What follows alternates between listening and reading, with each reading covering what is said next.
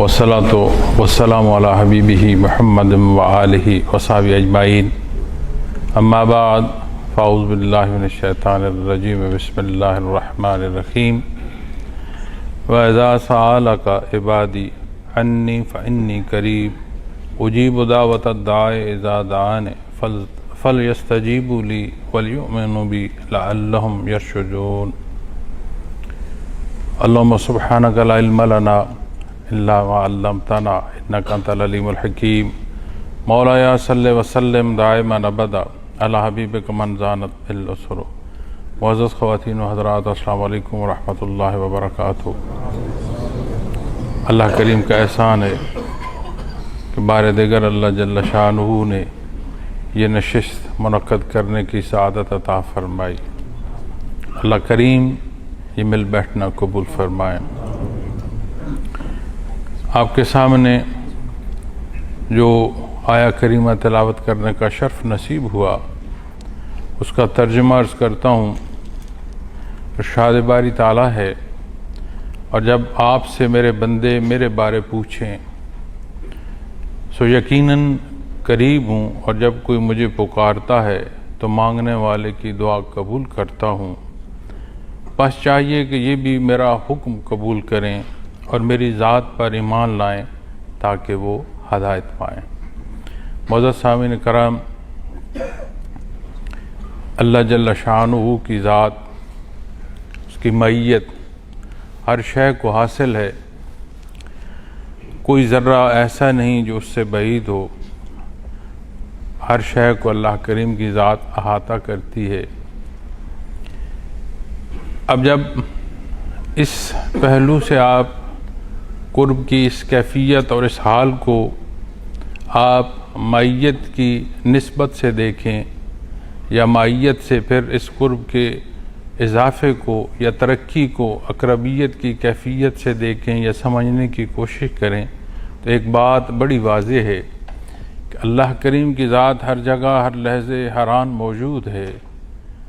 جسے جتنا اس نے وجود اور فرصت بخشا، اس کی ذات تو موجود ہے جو ہمہ وقت ہے، لیکن اس فانی جہان کی فانی ساعتوں میں اس فانی مخلوق کا جتنا وقت ہے، کیا اسے بھی یہ احساس ہے؟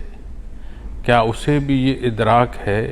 کیا اس کا بھی ایمان اس درجے کا ہے کہ وہ معیت باری تعالیٰ کو محسوس کر پائے؟ کوئی شے دین اسلام میں ایسا نہیں کسی شے سے متعلق فرمایا گیا، یعنی کوئی حکم ایسا نہیں فرمایا گیا یا کوئی بات ایسی ارشاد نہیں فرمائی گئی جو انسانی استطاعت سے باہر۔ جب اللہ جل شانہ اپنے حبیب صلی اللہ علیہ وسلم کو ارشاد فرما رہے ہیں کہ میرے بندے میرے بارے پوچھتے ہیں، تو انہیں بتا دیجئے کہ میں ان کے قریب ہوں۔ اتنا قریب ہوں کہ کلام تو کلام، وہ جو خیال، وہ جو نہاں خانے دل میں اٹھنے والی کوئی بات، کوئی درد، کوئی کیفیت، کوئی چاہت، اسے بھی وہ جانتا ہے۔ نہ صرف اس چاہت کے پیدا ہونے پر جانتا ہے، نہ یہ وجود تھا، نہ یہ قلب تھا، نہ یہ خیال تھا، نہ یہ چاہت تھی، وہ تو تب سے جانتا ہے۔ اور وہ غفور الرحیم فرماتا ہے کہ تمہاری دعائیں بھی سنتا ہوں اور شرف قبولیت بھی دیتا ہوں۔ اور وہ غفور الرحیم ارشاد فرماتا ہے کہ جو ایمان کی کیفیت اور حال ہے، اپنی زندگی اس پہلو سے بسر کرو کہ تمہیں دوامی تو جو ہے کامیابی نصیب ہو۔ حدیث شریف متفق علیہ سے ہے، حضرت ابو ہریرہ رضی اللہ تعالیٰ عنہ سے روایت ہے کہ نبی کریم صلی اللہ علیہ وسلم نے ارشاد فرمایا، اللہ جل شانہ فرماتا ہے کہ میں اپنے بندے کے گمان کے مطابق ہوں، اور میں اس کے ساتھ ہوں جہاں بھی وہ مجھے یاد کرے۔ اللہ کی قسم، یقیناً اللہ اپنے بندوں کی توبہ پر اس شخص سے بھی زیادہ خوش ہوتا ہے جو جنگل میں اپنی گم شدہ چیز پا لیتا ہے۔ جو ایک بالشت میرے قریب آتا ہے، میں ایک آدھ اس کے قریب آتا ہوں، جو ایک ہاتھ میرے قریب آتا ہے میں 2 ہاتھ اس کے قریب آتا ہوں، اور جب وہ میری طرف چلتا ہوا آتا ہے میں اس کی طرف دوڑتا ہوا آتا ہوں۔ یہ اس کی شان کریمی ہے، وہ غفور الرحیم ہے، اپنے بندوں سے پیار فرماتا ہے، کرم فرماتا ہے، احسان فرماتا ہے۔ جیسے اس کی ذات ہر جگہ ہر لحظے ہمہ وقت موجود ہے، ایسے ہی اللہ جل شانہ کی جو رحمت ہے یہ بھی اس کی صفت ہے، یہ بھی لامحدود ہے۔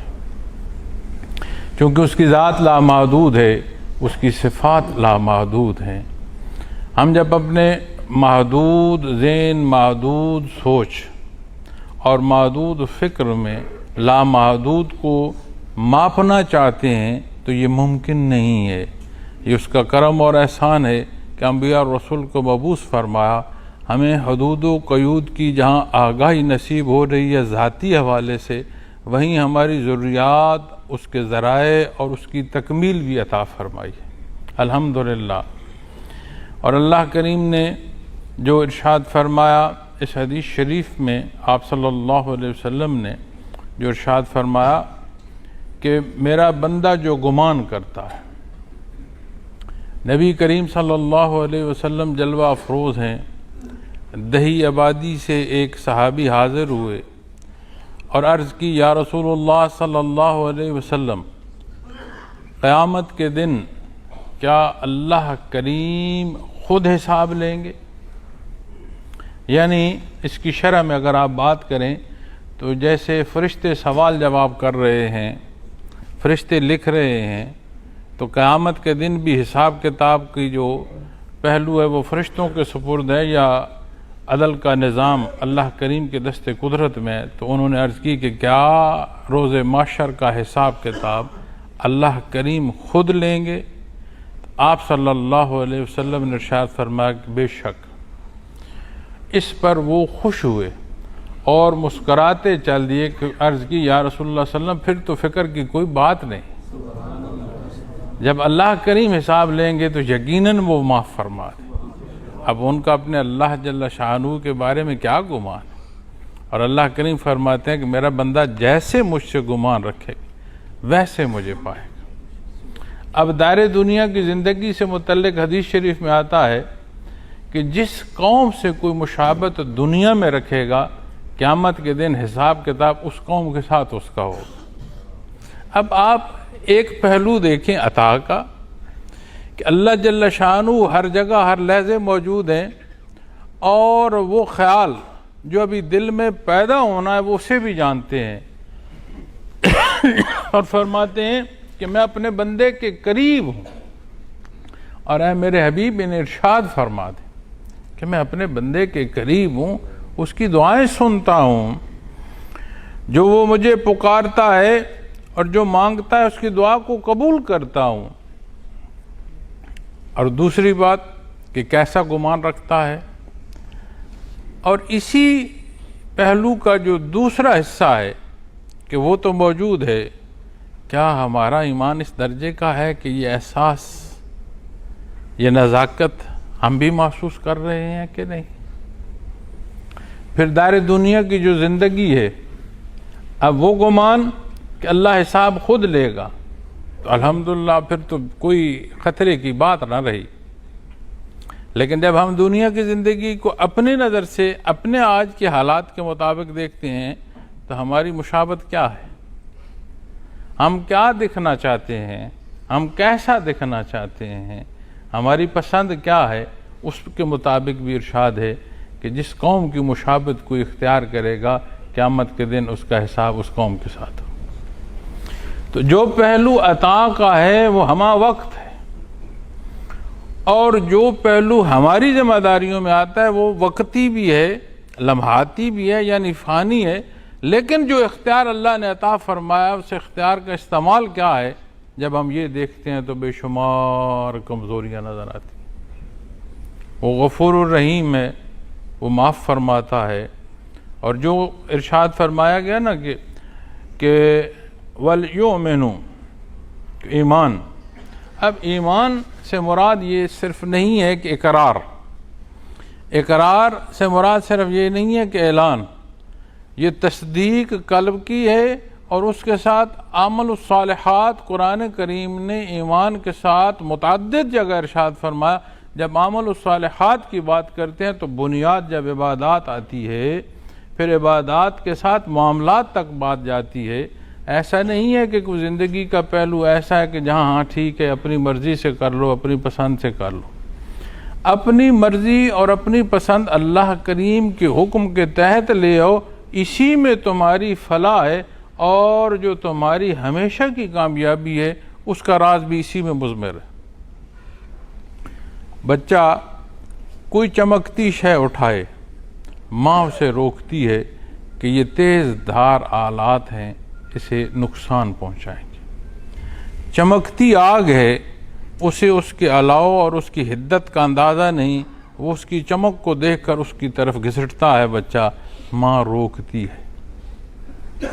اب بچہ چیختا ہے، روتا ہے کہ میں جو چاہ رہا ہوں وہ مجھے نہیں مل رہا، یہ روک رہی ہے مجھے۔ اس بچے کا چاہنا اور ماں کا روکنا ظاہراً ہمیں سمجھ آ رہا ہے کہ وہ نقصان کی طرف جا رہا ہے اور وہ روک رہی ہے۔ یہ پہلو جو مخلوق کو رب کائنات عطا فرما رہے ہیں، یہ اس سے بھی نازک تر ہے اور اس سے عظیم تر ہے، چونکہ یہ تو مثال بالعموم حیات کی ہے جو سمجھانے کی ہے، تو یہ تو کل حقیقت ہے جو میں عرض کر رہا ہوں۔ تو جب یہ احساس غالب آ جائے کہ معیت باری تعالیٰ اور ایمان کا وہ درجہ کہ اس معیت کا احساس غالب آ جائے، حالات بدل جاتے ہیں، یکسر بدل جاتے ہیں، نہ صرف ظاہر کے بدلتے ہیں، باطن کے بدل جاتے ہیں۔ آپ صلی اللہ علیہ وسلم کے حضور کتنے واقعات ایسے پیش ہوئے؟ کیا وہ جو تلوار لہراتا آپ کے حضور آیا کہ آج کون آپ کو بچائے گا، اور جب آپ نے ارشاد فرمایا اللہ، تو وہی کانپتے ہاتھوں تلوار گر گئی، اور جب آپ نے ارشاد فرمایا اب تجھے کون بچائے گا،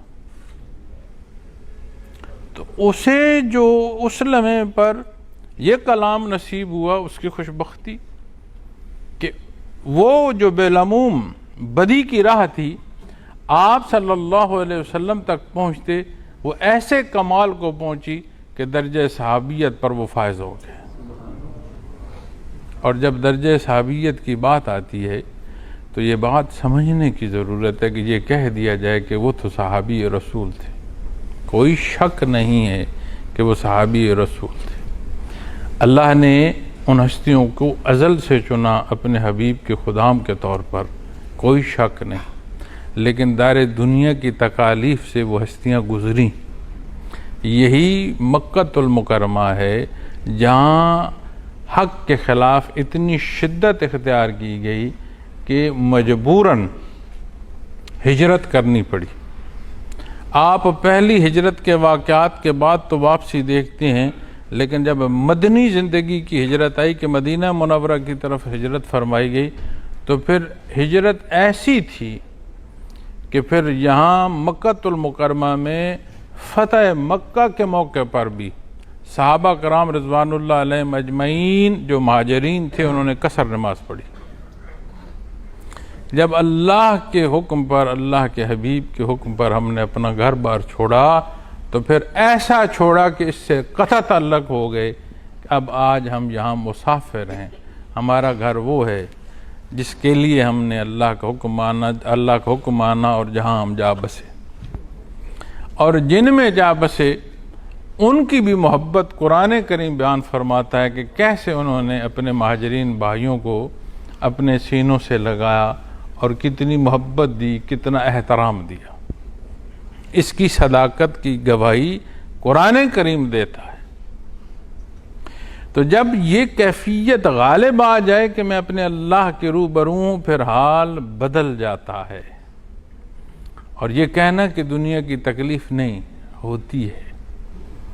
سردیوں کا موسم ہے، اس سردیوں کے موسم میں آپ جب عمرہ کے لیے مطاف میں اترتے ہیں تو دن میں جو سورج کی حدت ہے وہ محسوس کرتے ہیں کہ نہیں کرتے؟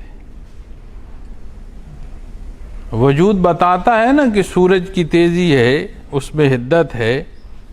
جب چلتے ہیں تو بیت اللہ شریف کا طواف کر رہے ہیں، یہ مطاف سے گزرتے ہوئے جب صحیح میں پہنچتے ہو تو وجود بتاتا ہے نا کہ وجود کا مجاہدہ ہو رہا ہے.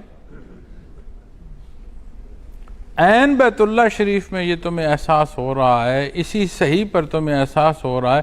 تو جن حصوں کو اللہ کریم نے اپنی نشانیاں عطا فرمایا، وہ ہستیاں جنہیں یہاں چلنا نصیب ہوا، وہ صحابہ کرام رضوان اللہ علیہم اجمعین جن کا خون دین اسلام کی خاطر اسی زمین میں رستا رہا، انہیں تکلیف محسوس نہیں ہوئی تھی.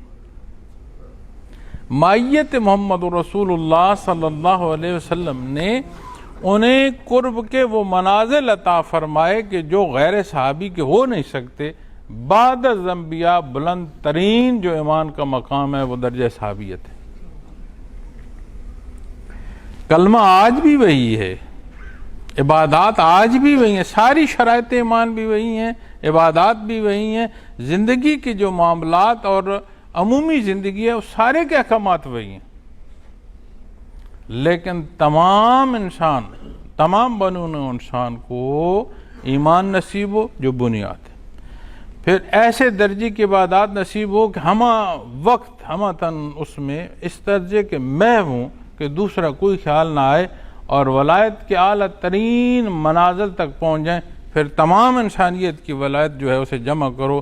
صحابہ کرام تو کجا، تبع تابعین کی جوتی کی جو خاک ہے وہ خاک اعلیٰ ہے جس جگہ وہ جوتی رکھ کر گزر گئے. سبب اسی لیے تو آپ صلی اللہ علیہ وسلم نے ارشاد فرمایا نا کہ صحابی رسول اللہ کی راہ میں اگر ایک مٹھ جو یا آدھی مٹھ جو خرچ کرے اور غیر صحابی احد پہاڑ جتنا سونا خرچ کرے، عند اللہ وہ آدھ مٹھ جو مقبول ہے. اس لیے کہ سونے کو سونا ہونا تو رب کائنات نے عطا فرمایا. اس صدقے کے پیچھے، اس اللہ کے راہ میں دینے کے پیچھے جو اخلاص ہے، وہ جو درجہ صحابی رسول کا ہے وہ غیر صحابی کا نہیں ہو سکتا. یہ کمال نصیب ہوا مائیت محمد رسول اللہ صلی اللہ علیہ وسلم. اب اس آیت کی طرف آئیں تو اس آیت میں جو ارشاد فرمایا گیا، جہاں سوال عرض کیا، اگر آپ شان نزول میں دیکھیں گے تو مختلف روایات ملیں گی، لیکن جب آپ اصول کو دیکھو گے تو یہ اصول قیامت تک کے آنے والے انسانوں کے لیے ہے کہ جسے بھی یہ بنیاد درکار ہے کہ میرا اللہ کہاں ہے، اللہ کریم فرماتا تیرے پاس. وَنَحْنُ أَقْرَبُ إِلَيْهِ مِنْ حَبْلِ الْوَرِيدِ، یعنی اتنا تو خود اپنے پاس نہیں ہے جتنا اللہ تیرے پاس. معزز سامعین کرام، ایک لحظے کو خیال فرمائیں کہ یہ کیفیت ایمان کی نصیب ہو. آنکھ کے اٹھنے کو ترازو میں رکھ لو، غلط نہیں اٹھے گی. کان کی سماعت کو ترازو میں رکھ لو، وہ غلط بات سننا گوارا نہیں کرے گا. زبان کو تولو، زبان حدود و قیود میں رہے گی. وجود کی حرکات و سکنات، وجود کی قوت، کوئی پہلو اضافی حصوں میں نہیں جائے گا، حدود میں رہے گا. کیوں؟ اسے کسی سے تمغہ نہیں لینا، اسے مخلوق کی رضا مقصود نہیں، اسے مقصود ہے اللہ کی رضا. جب اللہ کی رضا مقصود ہو اور بندہ اتباع محمد الرسول اللہ صلی اللہ علیہ وسلم پر چل رہا ہو، یہ نسبت نصیب ہو اور عمل نصیب ہو، تو مخلوق کی بھلائی ہوتی ہے، مخلوق کی خیر خواہی ہوتی ہے، مخلوق کی بہتری ہوتی ہے، مخلوق کے دکھ کا سبب ہو نہیں سکتا. اللہ کریم کو اپنی مخلوق بڑی پیاری. تو جب آپ اللہ اللہ کرتے ہیں، اللہ کریم مشائخ اعظام کے درجات بلند فرمائے. دنیا کے خطوں میں، اقوام عالم میں سفر کا بھی موقع ملتا ہے، نشست بھی ہوتی ہے، اور کچھ نہ کچھ بندہ حاصل کر رہا ہوتا ہے. جتنا کن ذہن بھی ہو، کچھ نہ کچھ وہ حاصل کر رہا ہوتا ہے. آسٹریا کے ایک شہر ویانا میں مجھے ایک دفعہ اتفاق ہوا تو تصوف کے نام پر گفتگو ہوئی. تو دوست جو مجھے ملے ان کا تعلق ترکی سے تھا، محنت مزدوری کے لیے وہاں آئے ہوئے تھے. موضوع جو ہماری ملاقات کا سبب بنا وہ بھی تصوف تھا. تو جب اس موضوع پر بات ہوئی تو مجھے انہوں نے ایک کاغذ اپنی جیب سے نکال کر ایسے دیا کہنے لگے کہ میں نے اپنا سبق جو ہے وہ لکھ کر جیب میں رکھا ہوا ہے.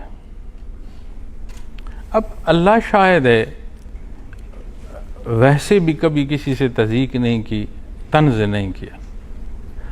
ذرائع مزاح یا آپ کہہ سکتے ہیں کہ ایک محبت کی حدود میں رہتی ہوئی، چونکہ کسی کی تذلیل کی جائے اسے مزاح نہیں کہا جاتا،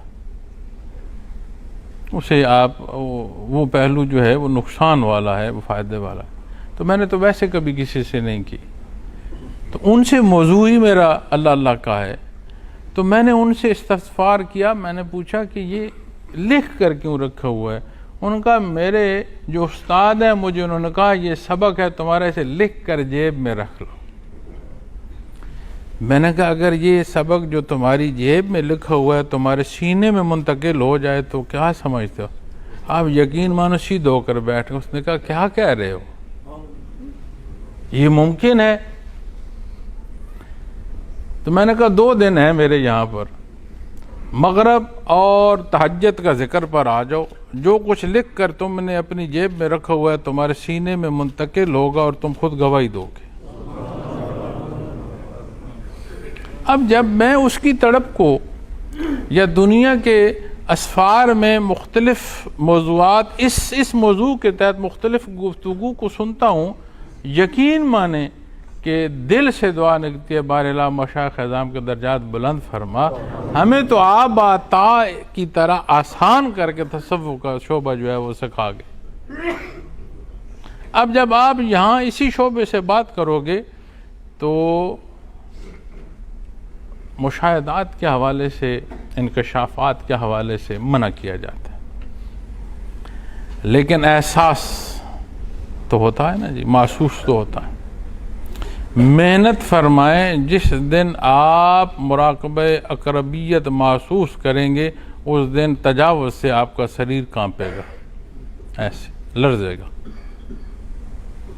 یہ کھانے جو ہوتے ہیں نا کہ الگ الگ کھانے، مراقبات منازل کا کھانا کو اور ہوگا اور میری سمجھداری اور دسترس کا کھانا کو اور ہوگا. یہ کھانے مل جاتے ہیں، کچھ ہے بچتی کوئی نہیں. تو جو قرب ہے اللہ کریم کا، یہ اتنی عظیم نعمت ہے کہ یہ مقصد حیات پر بندے کو قائم کرتا ہے، حفاظت الہیہ کا سبب بنتا ہے. اور احساس نہ رہے اسے کیا کہتے ہو، اسے کہاں بھیجتے ہو؟ اسی لیے پاگل خانے ہیں نا، کہتے ہیں اس کا ہوش نہیں رہا، ہوش کھو بیٹھا ہے. ہوش کیا ہے کہ کسی شے کا احساس نہیں رہا، پہننا کیا ہے، کھانا کیا ہے، جو آ رہا ہے یہ کون ہے. ہوش کھو دینا کیا ہے؟ احساس نہیں رہا. بھوکا ہے تو بھوکا ہے، جو کھانا شروع کر دیا تو اتنا کھا رہا ہے کہ اسی سے بیمار ہو جائے گا. کسی سے ہنس رہا ہے تو ہنسی جا رہا ہے، کسی کے گلے پڑ گیا ہے تو گلے پڑ گیا. ہوش کھو جائے تو پھر احساس تو ختم ہوگا. تو جب آپ احساس کی بات کرتے ہیں تو دنیا میں جب بندے کا ہوش نہ رہے تو اسے آبادیوں میں جگہ مختص کر کے الگ کر دیتے ہیں کہ یہ ہوش والا نہیں، اسے پاگل خانے میں رکھو. تو جب اس کیفیت کو آپ ایمانی پہلوؤں سے دیکھیں گے تو جو بے عملی ہے اس نے تو پورے معاشرے میں اس درجے کا تعفن پیدا کر دیا ہے کہ پورا معاشرہ پاگل خانہ بن گیا. اسی لیے رشتوں کی تمیز ختم ہو گئی، احترام ختم ہو گیا، اخلاق ختم ہو گیا. ہر بندہ یہ چاہتا ہے کہ جو مجھے پسند ہے وہ ہو، اور قرب الہی بندے کو اس مقام پر لا کھڑا کرتا ہے. وہ کہتا ہے میرا اللہ کیا چاہتا ہے. بخاری شریف میں جب عبادات پر ارشاد فرمایا گیا اور نفلی عبادات، فرائض کی تکمیل کے بعد جب نفلی عبادات کی آتی ہے نا بات، اللہ کریم فرماتا ہے میرے قرب کے لیے جو نفلی عبادات اختیار کرتا ہے، فرماتا ہے میں اس کی آنکھیں، اس کی زبان، اس کے کان، اس کے ہاتھ اور پاؤں ہو جاتا ہوں. تو جب اس کی شرح علماء کرام کرتے ہیں، وہ فرماتے ہیں نہ وہ کوئی شے ایسی دیکھنا پسند کرتا ہے جو عند اللہ ناپسندیدہ ہے، نہ وہ کوئی کلام ایسا سننا پسند کرتا ہے جو اللہ کو پسند نہیں، کوئی کام وہ نہیں کرتا جو اللہ کو پسند نہیں ہے۔ تو یہ کیا کیفیت ہے؟ یہ قرب کی کیفیت ہے۔ آج جہاں ہم بیٹھے ہیں اس مقام پر آ کر ہمارے رکوع و سجود قرب کی ان کیفیات سے ہمیں آشنا نہیں کر رہے، تو پھر ڈھونڈنے کی ضرورت ہے اس آنے میں کہیں کوئی خطا تو نہیں ہے، اس سفر کے اخراجات میں تو کوئی آمیزش نہیں ہے، کہیں میں اپنی بزرگی میں تو نہیں کھو گیا۔ تو بڑے پہلو ہیں۔ تو جب ان ساری نزاکتوں کو دیکھو گے اور خالص ہوگے، تو جب اس سے مانگو گے تو وہ تو ایسا در ہے کہ جہاں جھولی پھیلائی جائے تو جھولی کی وسعت بھی وہ عطا فرماتا ہے، عطا تو عطا، جھولی کی وسعت بھی عطا فرماتا ہے۔ ہمیشہ اللہ کی ذات پر انحصار کرو، ہمیشہ اپنے اللہ کی ذات پر بھروسہ کرو، یہ بنیاد ہے۔ نبی کریم صلی اللہ علیہ وسلم کی نسبت دیکھتے ہو، بے شمار رعایتیں نصیب ہوتی ہیں، آپ عطا کس کی ہیں؟ آپ تک کی جو نسبت نصیب ہوگی امتی کی، یہ عطا کس کی ہے؟ ہر پہلو سے دیکھو گے تو نسبت اللہ کی طرف جائے گی، اور جب نبی کریم صلی اللہ علیہ وسلم سے جا پوچھو، آپ کی حدیث مبارکہ دیکھو، آپ کی سنت خیر الانام دیکھو، ایک ایک پہلو دیکھو، وہ اللہ کی مخلوق کو اللہ سے جوڑ رہے ہیں، ہر پہلو سے اللہ سے جوڑ رہے ہیں۔ تو جب یہ کیفیت اور حال ہمیں قرآن کریم بیان فرما رہا ہے کہ اللہ فرماتا ہے میں اپنے بندے کے قریب ہوں، اے بندے تو کہاں ہے؟ سوال ہے کہ کہتے ہیں حضرت رحمۃ اللہ علیہ سے کسی نے بات کی کہ اللہ کی تلاش ہے۔ اللہ تو ہر جگہ موجود ہے، اپنی آنکھوں کا علاج کراؤ، یعنی اپنے ہوش کی ضرورت ہے، اپنے ایمان کی مضبوطی کی ضرورت ہے، وہ قادر مطلق تو ہر جگہ موجود ہے۔ اللہ کریم یہ نزاکت عطا فرمائے، یہ سمجھ عطا فرمائے، اور دین کی سمجھ اور استقامت عطا فرمائے، ضروریات دین کا جاننا نصیب فرمائے، اور اس درجے کا دین نصیب ہو کہ عمل کرتے ہوئے مخلوق تک پہنچانا نصیب۔ اس سے مراد یہ نہیں ہے کہ ہم بڑے مبلغ ہیں، نہیں، اس سے مراد اتباع محمد رسول اللہ صلی اللہ علیہ وسلم ہے۔ آپ نے فرمایا بلغوا انی ولو آیا، او کما قال محمد رسول۔ ہر بات کی نسبت اپنے اللہ کی طرف کرو، ہر بات کی پرکھ آپ صلی اللہ علیہ وسلم کی ذات اقدس کی طرف کرو، وہیں سے حدود و قیود ملتی ہے۔ اللہ کریم میرا اور آپ کا حامی و ناصر ہو، اللہ کریم یہ بیٹھنا قبول فرمائے۔ اور جب ذکر کرتے ہو تو اس میں دھیان رکھو، غور فرمائے، طریقہ ذکر بار بار دہرایا جاتا ہے، لطائف اور مراقبات پر تحریر اور بیانات موجود ہیں۔ کیوں؟